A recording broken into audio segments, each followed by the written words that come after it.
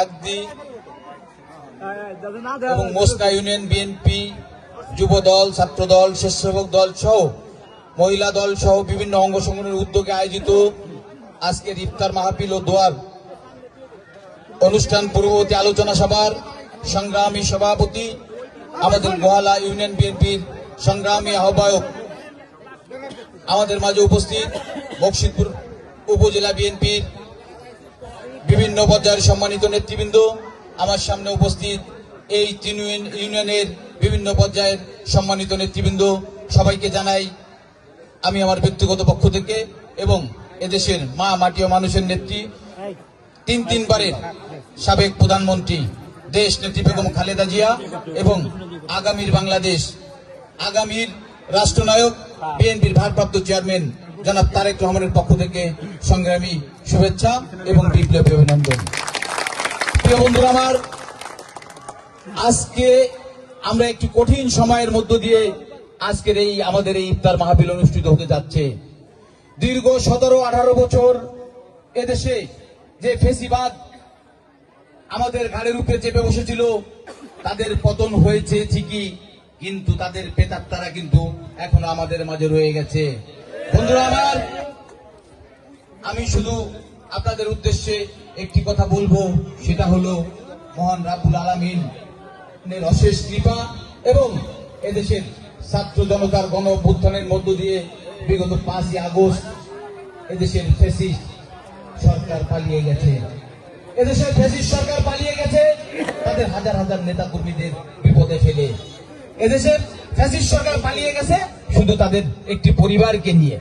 বন্ধুরা আমার, কি দুর্ভাগ্য আমাদের, কি দুর্ভাগ্য আমাদের এই কাশিয়ানী বকশিদপুর, আমাদের এই গোপালগঞ্জবাসীর, আমাদের এই গোপালগঞ্জের মানুষ এক সময় একটি পরিবারকে, একটি নেত্রীকে তাদের দেবতা হিসেবে মনে করত। তারা মনে করত একটি দলকে, এই দলই তাদের শেষ ঠিকানা।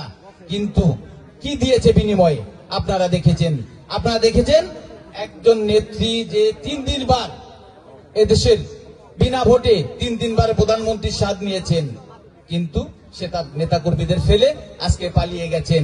আজকে কোথায় পালিয়ে গেছেন আমরা কিন্তু জানি, পার্শ্ববর্তী একটি রাষ্ট্রে পালিয়ে গেছেন, কিন্তু কোথায় আছে, কিভাবে আছে আমরা কিন্তু জানি না।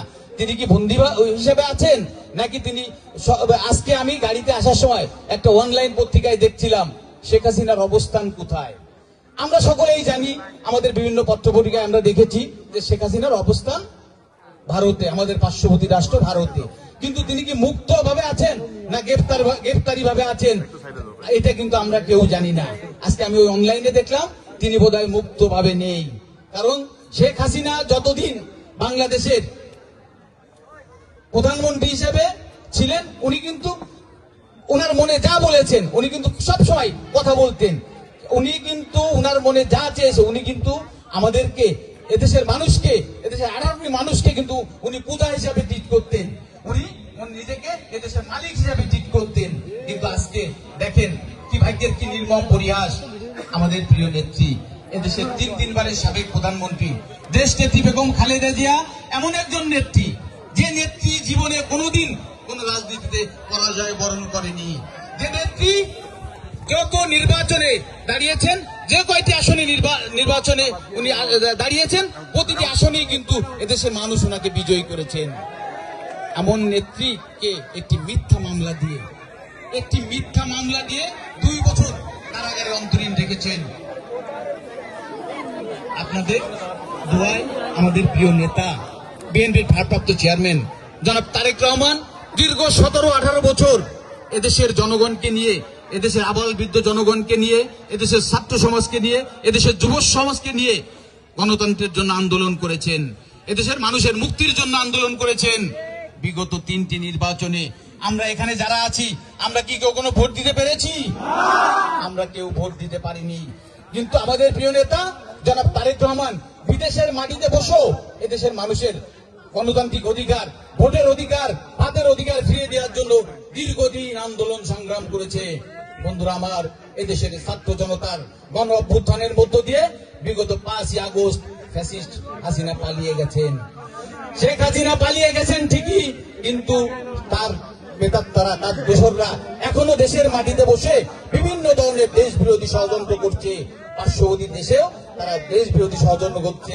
তাদের কাছে প্রচুর টাকা রয়েছে, তারা টাকা দিয়ে আজকে দেশে একটি অশান্ত পরিবেশ সৃষ্টি করার পায়তারা করছে। বন্ধুরা আমার, তাই আপনাদের প্রতি উদাত্ত আহ্বান জানাবো, আমরা সকল ভেদাভেদ ভুলে গিয়ে দেশের স্বার্থে, গণতন্ত্রের স্বার্থে, আমাদের আগামী প্রজন্মের স্বার্থে আমাদেরকে ঐক্যবদ্ধ থাকতে হবে, আমাদেরকে সজাগ থাকতে হবে, আমাদের সজাগ থাকতে হবে দেশ বিরোধী সকল চক্রান্তের বিরুদ্ধে। বন্ধুরা আমার, আমাদের প্রিয় নেতা শহীদ রাষ্ট্রপতি জিয়াউর রহমান এদেশের স্বাধীনতা ঘোষণার মধ্য দিয়ে এ জাতি পেয়েছিল একটি স্বাধীন সার্বভৌম বাংলাদেশ।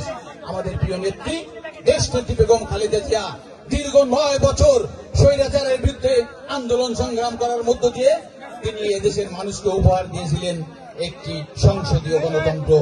বন্ধুরা আমার, আমাদের প্রিয় অভিভাবক জনাব তারেক রহমান বর্তমান গণতন্ত্রের জন্য যে যুদ্ধ পরিচালনা করছেন, তার নেতৃত্ব দিয়ে আপনারা সকলে ঐক্যবদ্ধ হয়ে আমাদের এই গণতান্ত্রিক আন্দোলনে কিন্তু আমাদের জিততেই হবে। এই গণতান্ত্রিক আন্দোলনে যদি আমরা হেরে যাই, হেরে যাবে দেশের জনগণ।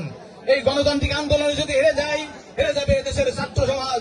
এই গণতান্ত্রিক আন্দোলনে যদি আমরা হেরে যাই, হেরে যাবে দেশের স্বাধীনতা সার্বভৌমত্ব।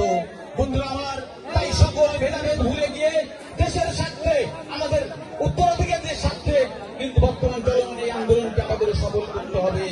বন্ধুরা আমার, দেখেন আজকে কিছু কিছু লোকজন বলে যে নেত্রী পালিয়ে গেছে, উনি নাকি আবার সহসা আমাদের মাঝে ফিরে আসবেন। আপনার এই মিথ্যা প্রচারণায়, এই মিথ্যা কোনো কর্মকাণ্ডে আপনারা কিন্তু কান দিবেন না। আজকে আমাদের এই মুর্শিদপুরের অনেক মানুষ সমাজের বিভিন্ন জায়গায় আছেন, তাদের দিকে তাকিয়ে